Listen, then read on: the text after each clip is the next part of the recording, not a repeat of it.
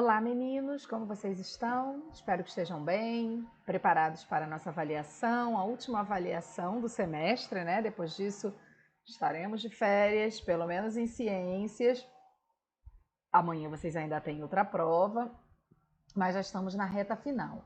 Então, vamos lá para a orientação da nossa prova, não se esquecendo que vocês não vão entrar lá naquela plataforma onde estão todas as outras provas. Essa prova foi elaborada por mim, eu já expliquei isso para vocês. Vocês vão achar essa prova da mesma forma como vocês encontraram a nossa prova parcial, tá? Não é lá pelas provas da plataforma do Plural, não. É pelas atividades que eu passei, e aí vai estar lá escrito que tem a avaliação global do segundo bimestre, né, da segunda etapa do nono ano. Vamos lá, então? A questão 1 fala o seguinte: analisando os exemplos abaixo, pode-se afirmar que é um exemplo de base. Então, desses 4 exemplos, você vai marcar o único exemplo que se refere a uma base e não a um ácido, tá? Então, o que é uma base? A molécula de DNA, o vinagre, a laranja ou a pilha alcalina? Questão 2. As substâncias químicas são divididas em grupos, chamados de funções químicas. E as duas principais funções inorgânicas, quais são? Eletrólise e pirólise, ácidos e bases, covalência e eletronegatividade ou eletrovalência e covalência, tá? Prestem atenção que eu quero que vocês marquem quais são as duas principais funções inorgânicas, ok? Questão 3. As substâncias ácidas apresentam algumas características em comum, como, por exemplo, então aí você vai escolher a única característica que é em comum para as substâncias ácidas. É conduzir a corrente elétrica fundida ou em solução aquosa? É apresentar sabor adstringente? É tornar azul o papel de tornassol vermelho? Ou é corroer metais como o alumínio, o ferro e o cromo?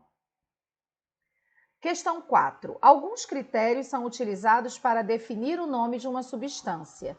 Analise os itens abaixo e registre o nome dos compostos. Então, meninos, lembrem-se que a gente trabalhou isso na aula de revisão, né? Qual é o nome que vem primeiro, qual é o nome que vem depois, como que esse nome é descrito. Então, para cada uma dessas opções, você vai colocar lá, letra A, qual é o nome do composto, letra B, qual é o nome do composto. Então, aqui eu tenho, para cada letra, um composto diferente. Então, são 5 compostos que você vai descrever o nome, ok? Usando aquelas indicações que nós estudamos na nossa aula, que tinha lá na tabela no livro de vocês, tá? Questão 5.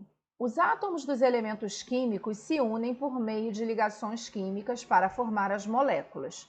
Sobre os tipos de ligações químicas, analise os itens que seguem e marque todos os que se referirem às ligações covalentes.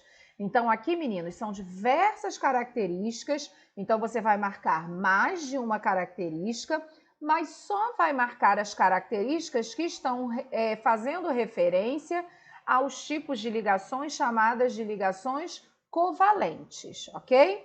Então, vamos lá. Também é chamada de ligação eletrovalente, também é chamada de ligação molecular. Ocorrem somente entre os átomos de metais, que podem ser de um mesmo elemento químico ou de elementos químicos diferentes. Ocorre entre elementos com diferença de eletronegatividade marcante, ou seja, um deles tende a perder elétrons, enquanto o outro tende a receber elétrons. Ocorre entre metais e ametais, e também entre metais e hidrogênio. Ocorre entre não metais e não metais, entre não metais e hidrogênio, e entre hidrogênio e hidrogênio. Os átomos de seus elementos químicos apresentam forte tendência a doar seus elétrons para a camada de valência. Os átomos envolvidos devem compartilhar seus elétrons, formando pares eletrônicos. O exemplo mais comum desse tipo de ligação é o da formação do principal componente do sal de cozinha. Temos como exemplo o bronze, o aço comum e o latão, e um exemplo é a molécula de gás carbônico. Então, não se esqueçam, vocês vão assinalar todos os itens na questão 5 que fazem referência às ligações covalentes. E na questão 6, são as mesmas opções e aqui você vai marcar todos os itens que se referem às ligações iônicas. Então, muita atenção na hora de responder, porque um item, uma questão é referente às ligações covalentes e a outra questão referente às ligações iônicas, e são os mesmos itens, ok? Questão 7. Observe a distribuição eletrônica do antimônio e responda. Então, eu já estou dizendo qual é o elemento, né? O elemento é o antimônio.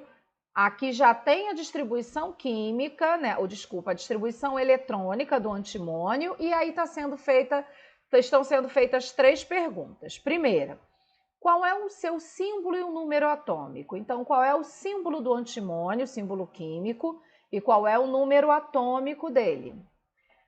Letra B, qual o número de elétrons encontrados na terceira camada? A gente também viu isso na nossa aula de revisão, né?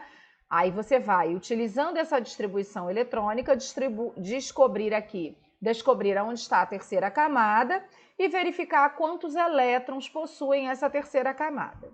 E letra C, qual é a camada de valência e quantos elétrons esse átomo possui na camada de valência? Então, você vai pôr o número da camada de valência e o número de átomos que tem nessa camada de valência. Aí você tem que se recordar o que é a camada de valência, ok? Questão 8.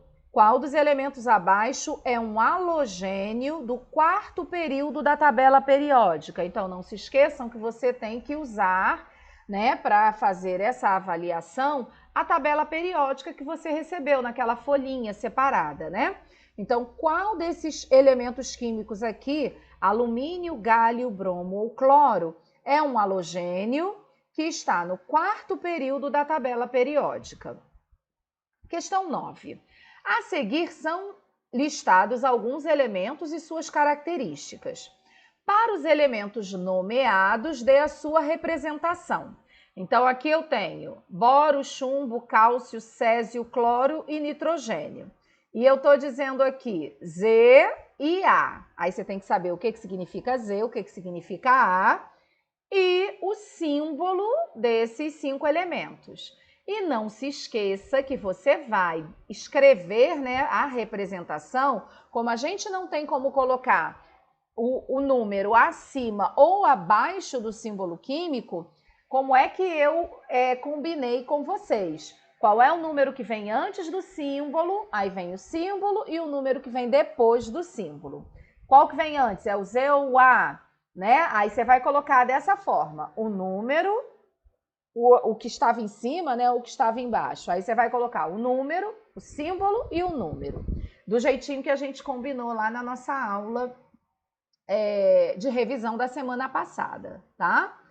E aí na letra B, para os elementos representados, dê o seu nome. Então aí tem 4 elementos e dos 4 elementos você vai descrever o nome. Aí você pode descrever, só colocar o nome do elemento abaixo de cada um deles, ok? E a última questão diz o seguinte: alguns elementos químicos fazem parte da composição da maioria das moléculas que constituem os seres vivos. Outros não são encontrados nesses seres. Consultando a tabela periódica, faça o que se pede. Então, aí, de novo, você vai para a tabela periódica. Letra A. Escreva para cada elemento citado abaixo o seu símbolo, o seu número atômico e o número de massa. Então, para cada um, você vai botar lá, escândio, o símbolo, o número atômico e o número de massa. Não esqueça de botar Z igual a tanto, A igual a tanto, tá? Você vai fazer isso para o escândio, o cobalto, o mercúrio, o magnésio e o manganês. E na letra B, você vai classificar cada um dos elementos abaixo. Então, aqui tem 5 também.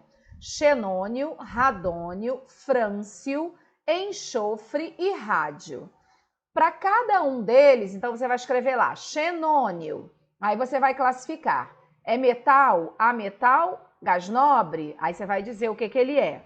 E vai indicar o período e a família em que ele se encontra. Então você vai colocar lá, xenônio. O que ele é, né? Se é metal, ametal ou gás nobre. Em qual período? Se encontra em tal período e se encontra em tal família. Você vai fazer isso também para esses 5 elementos, ok? E aí, meninos, essa é a nossa verificação, tá? Está simples, tranquila, de acordo com o que a gente estudou, de acordo com a revisão que nós fizemos na aula, né? Que eu, inclusive, expliquei as unidades 3 e 4, aquilo que era mais importante a gente saber para a nossa prova.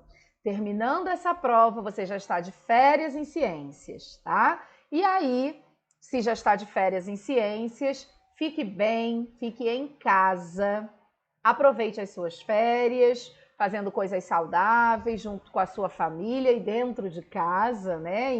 Saindo só se for estritamente necessário. E aproveitem as férias para que a gente possa se encontrar novamente em agosto, tá? Em agosto estaremos de volta com mais estudos, com mais informações legais sobre ciências. Por hora é só, meninos. Bye, bye.